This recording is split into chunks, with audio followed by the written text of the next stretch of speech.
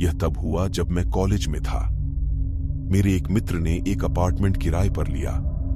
हालांकि अपार्टमेंट बहुत छोटा और पुराना था और सुविधाएं पर्याप्त अच्छी नहीं थीं, उसने अपना फर्नीचर सेट किया और अपना सामान खोलना शुरू कर दिया। तब से उसे किसी भी कारण से कुछ अजीब सा महसूस होता रहा था।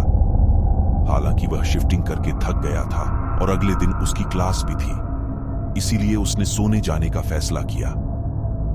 जब वह बिस्तर पर लेटने ही वाला था तो उसे दरवाजा खटखटाने की आवाज सुनाई दी। क्या कोई आया है? वह सामने वाले दरवाजे के पास पहुंचा, लेकिन बाहर कोई नहीं था।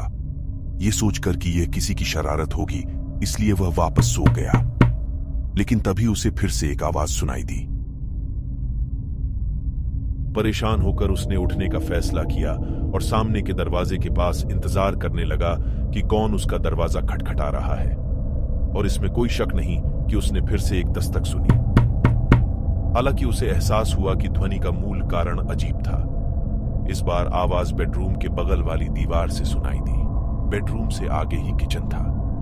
किचन में क्या है? वह किचन में गया और चारों ओर देखा, लेकिन कुछ नहीं मिला। वह क्रोधित हो गया, इसलिए वह किचन में आवाज आने का इंतजार करने लगा। और इस बार आवाज उसके बेडरूम से आई। इस अजीब घटना से डरकर वह अपार्टमेंट से बाहर गया और बाहर से घर को देखा। एक खिड़की को छोड़कर सभी कमरों की लाइटें जल रही थीं और उस स्थान पर एक खिड़की थी जिसे वह महज एक दीवार समझता था। खिड़की किचन और बेडरूम के बीच में थी। वह उत्सुक था, इसलिए अपार्टमेंट में वापस चला गया और उसमें जाने का रास्ता ढूंढने लगा। उसने बेडरूम की दीवार पर दस्तक दी जहां दरवाजा था, लेकिन उसे कोई अजीब हिस्सा नहीं मिला और वह बिल्कुल किचन जैसा ही था। आखिरकार उसने जिस आखिरी जगह की तलाश की वह सीढ़ियां थी। वह धीरे धीरे प्रत्येक दीवार पर दस्तक देता हुआ सीढ़ियों से ऊपर चला गया। शीघ्र ही उसे एक स्पष्ट ध्वनि सुनाई दी। जिज्ञासावश उसने उस हिस्से से वॉलपेपर फाड़ दिया और अंदर देखा, लेकिन अंदर एक खिड़की बंद थी। इतना अंधेरा था कि उसे अंदर कुछ भी दिखाई नहीं दे रहा था। इसके अलावा अंततः उसे अजीब महसूस हुआ, इसीलिए वह उस दिन अपनी गर्लफ्रेंड के घर में सो गया।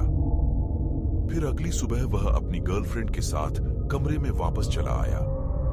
जब उसने टॉर्च से अंदर रोशनी की तो उसे पूरी तरह से खराब हो चुका जंग लगा बिस्तर, टूटा हुआ शौचालय और सिंक दिखाई दिया। जैसे ही उसने खिड़की से देखा तो उसे पुराने कपड़ों में एक सफेद कंकाल दिखा। वे दोनों चिल्लाते और डर के वहां से भागे और उन्होंने पुलिस को सूचना दी। वे शीघ्र ही वहां पहुंचे और सारे गुप्त कमरे की तलाशी ली। तलाशी में उन्हें अंदर एक शव मिला जो सड़ चुका था और केवल सिर्फ एक कंकाल बचा था। बाद में पता चला कि वह शव एक आदमी का था जो इस अपार्टमेंट के निर्माण के समय ही लापता हो गया था। ऐसी अफवाह थी कि उस आदमी ने अपार्टमेंट के मालिक के बेटी के साथ बलात्कार किया है और वह मालिक हमेशा कहता था कि वह उससे बदला लेगा।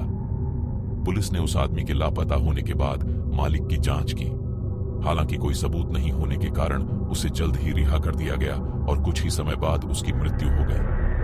पुलिस ने बताया कि उस आदमी ने दीवार को इतना खरोंचा कि उसके सारे नाखून टूट गए और दीवार खून से लटपट हो गई है। लेकिन मेरे पास अभी भी एक प्रश्न है जिसे हल नहीं किया जा सकता है। तो उस अपार्टमेंट में खटखट की आवाज किसने की?